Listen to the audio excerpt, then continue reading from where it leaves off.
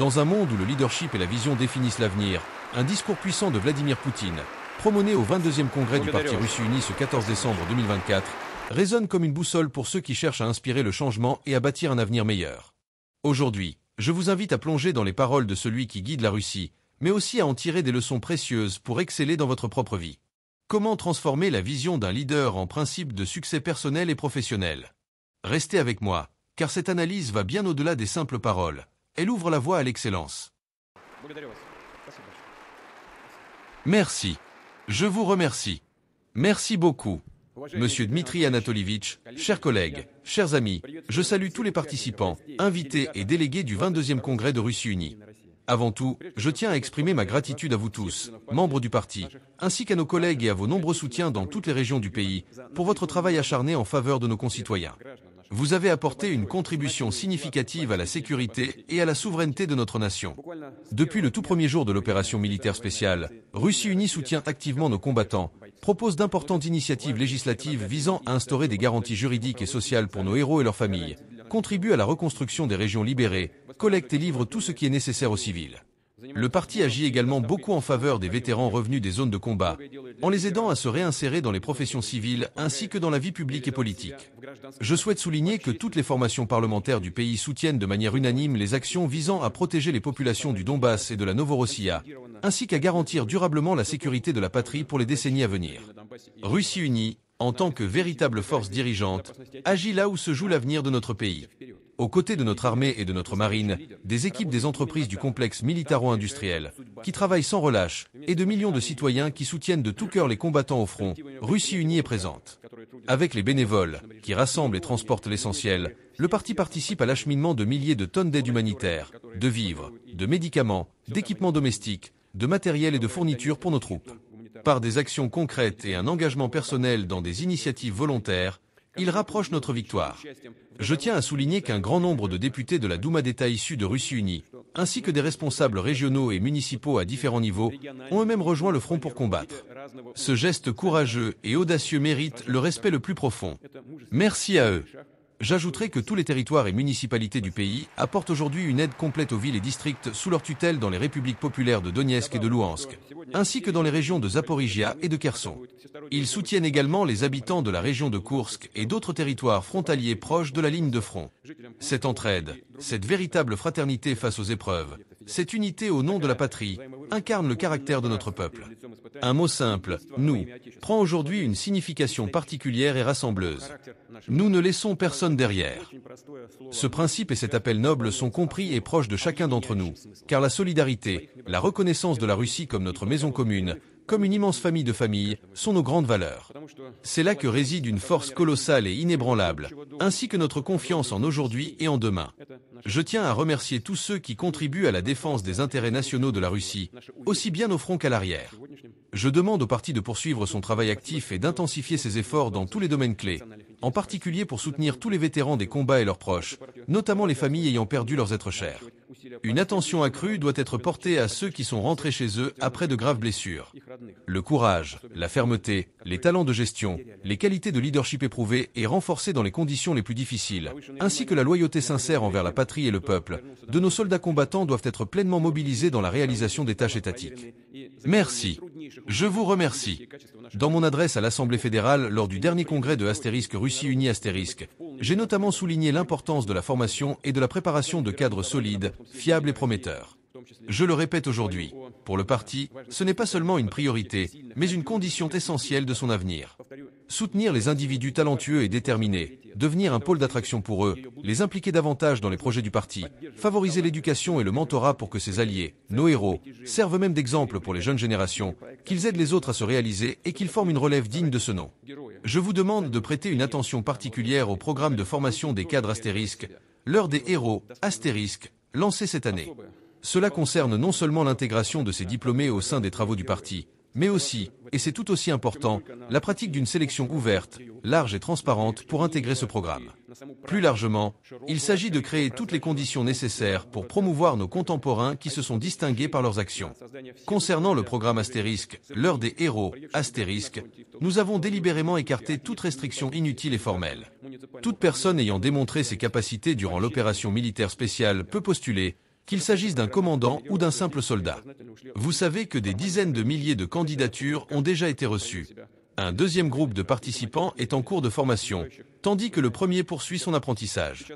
Certains d'entre eux, avant même d'avoir obtenu leur diplôme, se sont déjà vus confier des postes importants et des missions de grande envergure dans la vie civile. La demande pour des individus solides, volontaires, ayant traversé de rudes épreuves et prêts à assumer des responsabilités est extrêmement élevée. Notre pays en a besoin. Cette année, lors de divers scrutins à travers le pays, plus de 300 de nos camarades de combat, vétérans de l'opération militaire spéciale, ont obtenu le soutien des électeurs. Ces candidats inspirent la confiance des citoyens, qui comptent sur leur intégrité, leur honnêteté et leur professionnalisme. La majorité de ces candidats ont été présentés par Astérisque Russie Unie Astérisque. Cela témoigne d'une démarche juste et responsable de la part du parti, répondant aux attentes de la société. Cette demande sociale consiste à élever les exigences en matière de qualité et d'efficacité à tous les niveaux de pouvoir, pour que des personnes animées par un sens aigu du devoir envers la société et la nation rejoignent les municipalités, les équipes régionales et les structures fédérales. Ces jeunes, passés par le front, ont prouvé leur valeur au combat et, j'en suis certain, ne décevront pas.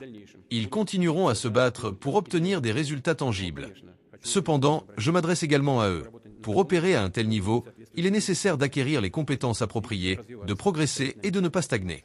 C'est pourquoi je propose et considère comme essentiel d'étendre le projet fédéral Astérisque, l'heure des héros, Astérisque. Il faudrait lancer des programmes d'analogues dans les régions, comme cela a déjà été fait dans le kraï de Stavropol, ainsi que dans les régions de Belgorod, Voronezh, Riazan, Samara, Toula et dans le district autonome de Khanty-Mansiysk. Je demande aux partis de participer activement à ce travail. Je compte sur vous pour que cela ne soit pas une simple formalité. Il faut agir, repérer ces individus, les aider à obtenir l'éducation et l'expérience nécessaires. J'ai récemment rencontré des jeunes en réhabilitation après de graves blessures. L'un d'eux souhaite déjà participer au programme Astérisque, l'heure des héros, Astérisque. L'autre, tout en étant intéressé, reconnaît qu'il n'est pas encore prêt. Je comprends qu'il faut de l'expérience dans les domaines publics, étatiques ou municipaux. Je n'en ai pas, et je n'ai pas non plus d'éducation. Ce jeune homme, plein de potentiel, veut pourtant se lancer. Nous devons chercher de telles personnes, les accompagner dans leur formation et leur offrir les outils pour réussir. Mes chers amis, l'agenda du Congrès est, comme toujours, chargé. Il porte sur les défis contemporains et les tâches de notre parti de premier plan. Cependant, l'essentiel reste l'analyse de la mise en œuvre des mandats et des instructions des électeurs. Des modifications substantielles devront être apportées au programme du parti, en y ajoutant de nouveaux engagements concrets pris par Astérisque Russie Unie Astérisque. En substance, il s'agit de valider une feuille de route pour concrétiser nos vastes projets au cours des 6 prochaines années. Toutefois, notre horizon de planification doit être bien plus large. Les défis actuels ouvrent également de nouvelles opportunités que nous devons saisir ensemble. Je suis convaincu que non seulement nous serons capables de le faire à l'avenir, mais que nous obtenons déjà aujourd'hui des résultats significatifs et visibles. La Russie progresse, son économie croît, et cela malgré des sanctions sans précédent dans l'histoire moderne, une ingérence flagrante et des pressions exercées par les élites dirigeantes de certains pays. Mais aucune tentative de chantage ou d'obstruction venue de l'extérieur n'aura jamais raison de nous. La Russie est confiante en sa justice et en sa force. Ainsi, toutes les tâches que nous avons fixées pour l'avenir proche comme à long terme seront assurément accomplies. Je compte sur votre leadership incontestable pour la réalisation des nouveaux projets nationaux que nous avons récemment abordés, le 5 décembre, lors du Conseil de développement stratégique. Je suis convaincu que vous, vos collègues, les organisations régionales du parti et Astérisque Russie Unie Astérisque dans son ensemble entamerez ce travail rigoureux dès les premiers jours de la nouvelle année. Enfin, j'aimerais souligner que les projets nationaux prêts à être lancés et un budget fédéral équilibré sont bien sûr d'une grande importance. Je tiens à remercier chacun d'entre vous pour ce résultat commun, pour le travail collaboratif qui a impliqué le Parlement, le gouvernement, l'administration présidentielle, les collègues des régions et d'autres partis politiques. Je sais que le dialogue n'a pas été simple, qu'il a fallu trouver de nombreuses solutions, débloquer des situations et défendre sa position. Mais il y a quelque chose d'encore plus important. Notre programme clair, ambitieux et progressif pour le développement du pays repose sur un puissant soutien populaire, véritablement national. Je le répète, cette solidarité, cette cohésion du peuple, cette foi en notre pays et en notre victoire ont une immense valeur. Elle découle d'une compréhension commune des intérêts fondamentaux et souverains de la Russie.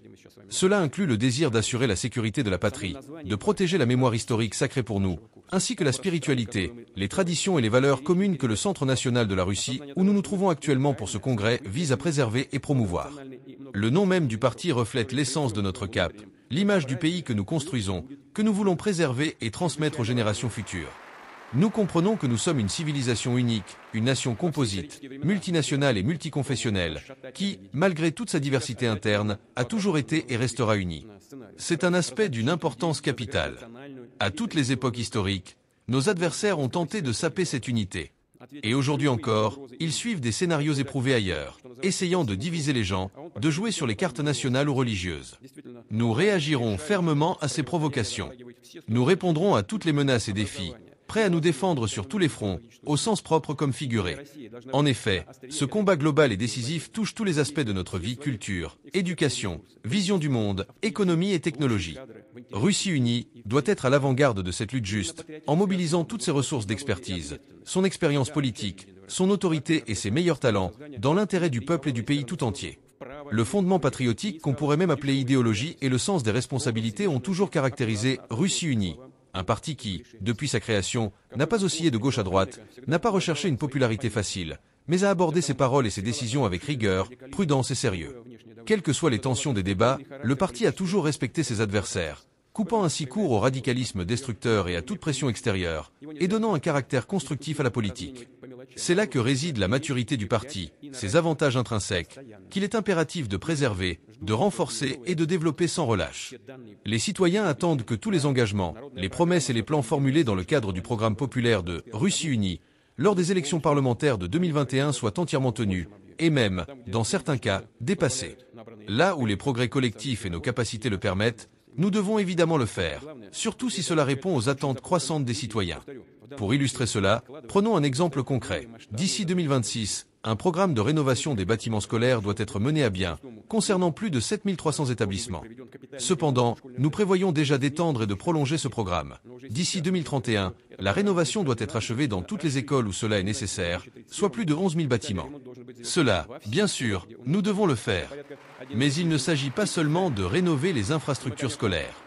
D'autres grands projets, comme la gazéification sociale, l'aménagement des espaces publics, la modernisation des bureaux de poste, sont également mis en œuvre grâce à la participation active de Russie unie. Le parti en est non seulement l'initiateur, mais aussi l'inspirateur, notamment depuis les premiers projets nationaux. En 2005, nous avions commencé avec 4 projets. Aujourd'hui, ce nombre passe à 20. Et il ne s'agit pas seulement d'une question de quantité, mais de qualité. Le pays a changé de manière significative au cours de cette période. Les ressources de l'État, de la société et des entreprises ont considérablement augmenté. Notre agenda de développement est devenu véritablement global, systémique et stratégique, tourné vers l'avenir, avec une vision sur plusieurs décennies. Nous avons cette possibilité, et nous devons évidemment en tenir compte. Le rythme acquis nous permet de progresser simultanément dans toutes les directions clés dont dépend la souveraineté et la compétitivité de la Russie, d'atteindre les objectifs nationaux fixés et d'améliorer la qualité de vie dans toutes les régions du pays. Au cœur de nos plans se trouve l'être humain, le bien-être et la prospérité des familles russes. Cela signifie que chaque décision doit être alignée sur l'opinion des citoyens, sur ce qu'ils pensent des lois adoptées, des décisions administratives, et sur leur évaluation de l'efficacité des mesures de soutien social déjà mises en œuvre ou nouvellement introduites. La rapidité et la qualité des travaux, qu'il s'agisse d'une école maternelle, d'un campus universitaire, d'un terrain de sport dans un quartier, d'une autoroute, d'un immeuble collectif ou d'un monument culturel, doivent être prises en compte. À l'échelle nationale, tout cela n'est que des chiffres dans des rapports. Mais pour une personne, un citoyen concret, cela représente sa qualité de vie, le reflet des changements positifs et de l'efficacité des autorités. La position et le statut du parti majoritaire imposent des exigences accrues à tous ses représentants, en particulier aux élus du peuple. Il ne suffit pas d'avoir de l'autorité dans des cercles restreints ou d'être compétent dans un domaine spécifique. Une condition obligatoire pour une véritable autonomie professionnelle est la communication directe avec les citoyens, la capacité de rassembler et de guider les personnes partageant les mêmes idées. Je propose d'inclure cela parmi les critères principaux de responsabilité personnelle des membres actifs du parti, en particulier lors de l'examen des candidatures pour un second mandat dans les organes représentatifs du pouvoir. De manière générale, Russie unie ne peut pas seulement, mais doit organiser toutes ses activités dans un dialogue avec les citoyens, en s'appuyant sur ses partisans, sa jeune garde, en coopérant étroitement avec les partenaires du Front populaire, ainsi qu'avec les fonds Tout pour la victoire et Défenseurs de la patrie, les ONG sociales et les mouvements bénévoles, ainsi qu'avec toutes les institutions de la société civile qui acquièrent aujourd'hui de nouvelles qualités. Je vous demande de réfléchir également à la manière d'utiliser plus efficacement le large réseau des sections locales du parti. Une communication constante et organisée avec les citoyens est leur responsabilité. Cela permet de voir la dynamique réelle des transformations à l'échelle de chaque ville ou village. Il ne s'agit pas d'envoyer les demandes, problèmes ou souhaits des citoyens dans des circuits bureaucratiques, mais de s'en occuper directement, autant que possible à chaque niveau. Il faut, comme on dit, se battre jusqu'au bout, proposer des solutions réfléchies et systémiques, et monter en hiérarchie lorsque nécessaire. Nous devons nous battre pour cela, car de nouvelles opportunités apparaissent. Et c'est vrai. Elles émergent parce que notre pays se développe, et beaucoup a déjà été accompli. Actuellement, vous le savez, une grande conférence et une ligne directe sont en préparation. J'ai pris connaissance des questions posées. Mais je pense que ce n'est pas un secret pour vous. Beaucoup a été fait, bien sûr. Cependant, comme le dit le peuple, les problèmes restent nombreux. Nous n'avons pas le droit moral de nous reposer sur nos lauriers. Il faut continuer à travailler intensément. J'ai déjà mentionné que, au niveau fédéral, l'évaluation des progrès vers les objectifs nationaux de développement ne sera pas faite en tonnes ou en kilomètres, mais principalement à travers un système d'indicateurs sociologiques. Cependant, je tiens à souligner encore une fois que rien, aucune statistique générale, ne remplacera un contact personnel, direct et honnête. Collègues, Russie Unie a de nombreuses réalisations et de grands projets déjà concrétisés. Incontestablement, pour le développement du pays, de la société et pour un travail commun et consolidé, la contribution de toutes les forces politiques constructives des différents partis parlementaires est significative. Eux aussi représentent les voix de millions de nos concitoyens. Mais aujourd'hui, à cette nouvelle étape historique difficile, je suis convaincu que notre principal parti structurant, Russie Unie, fera tout pour renforcer davantage l'État, notre souveraineté, l'ordre constitutionnel et la cohésion sociale. Il participera activement et efficacement au vaste travail créatif de développement du pays, de notre patrie, pour une Russie unie et forte. Je vous souhaite tout le meilleur. Merci.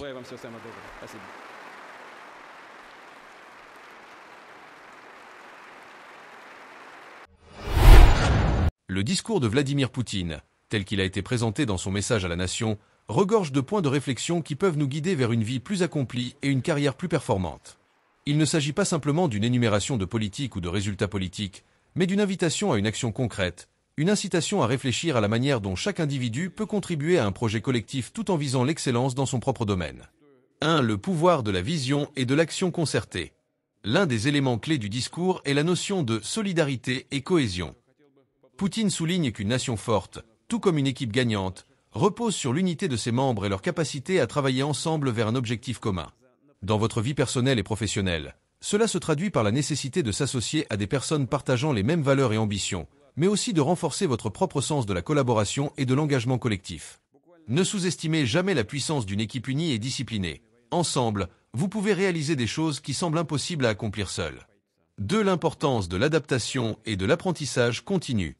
Un autre aspect marquant du discours est l'accent mis sur la préparation des générations futures, la formation de cadres solides, fiables et prometteurs. Ce message est particulièrement pertinent pour ceux d'entre nous qui aspirent à une carrière brillante. En effet, l'excellence ne se trouve pas dans la stagnation, mais dans l'évolution constante.